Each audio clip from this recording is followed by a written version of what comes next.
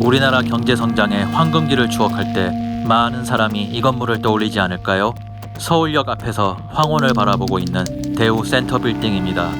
대우 센터 빌딩은 중공 이후부터 대우그룹의 본사로 쭉 사용되어 왔습니다. 1999년 대우그룹이 해체된 후 뿔뿔이 흩어진 계열사 중에 대우건설이 이 건물을 소유하게 됩니다. 그리고 7년 뒤 대우건설을 인수한 금호아시아나그룹이 자금난을 겪으면서 대우 센터 빌딩을 모건 스탠리에 매각합니다. 이 건물의 정면은 얼룩말 같은 세로줄 무늬가 인상적이죠. 우리가 보고 있는 서쪽 인면에는 51열의 벽과 50열의 유리가 번갈아가며 반복됩니다. 그리고 벽 뒤에는 총 26개의 기둥이 하나 건너 하나씩 4m마다 숨어 있어요. 이렇게 만들어진 수직 패턴 때문인지 새로 스트라이프 정장을 입고서 날씬해 보이길 바라는 아버지 같아요. 한편 밤이 되면 천장 위에 있는 유리는 깜깜해지는데요. 이런 스팬드럴 유리와 갈색 타일 외벽이 까만 격자 무늬를 만들어서 야경은 빵빵히 찬 건물처럼 보이네요. 대우 센터 빌딩의 건축가는 누구일까요? 1974년 당시 대우개발에 소속된 동우건축에서 설계했다고는 하는데 당신의 이름은 끝내 알아내지 못했습니다. 9,600억 원의 건물을 매입한 모건 스탠리는 이런 이미지들을 바꾸고 싶었습니다. 그래서 2007년 리모델링 현상 설계를 공모하는데요.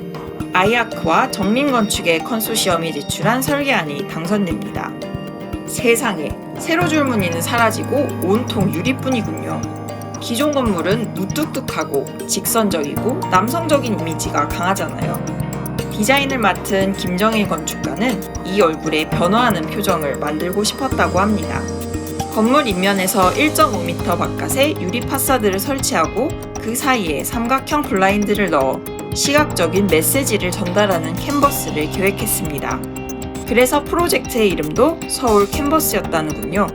모건 스탠리는 그의 말, 중구청에 리모델링 허가 신청서를 제출합니다. 그런데 중구청은 리모델링 허가 신청서를 반려합니다. 여기가 양동구역이기 때문이죠. 1950년대부터 서울역 건너편은 빈민촌과 율락가로 유명했습니다. 그래서 1978년 9월 이곳이 도시환경정비구역으로 지정됩니다. 도정법에 따르면 리모델링하는 건물이 허용 영정률을 초과할 경우 건축주는 도로나 공원을 관할구청에 기부 체납해야 합니다. 대우 센터 빌딩의 용적률은 기존보다 333%나 더 많습니다. 최대 1025평의 부지를 매입해야 하는데요. 이 주변의 공시지가만 평당 7천만 원이 넘었습니다.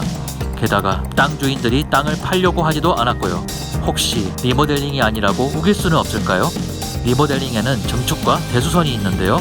이 당시 건축법은 외부 형태를 변경하는 건축물이 미관지구에 있어야 대수선에 속합니다.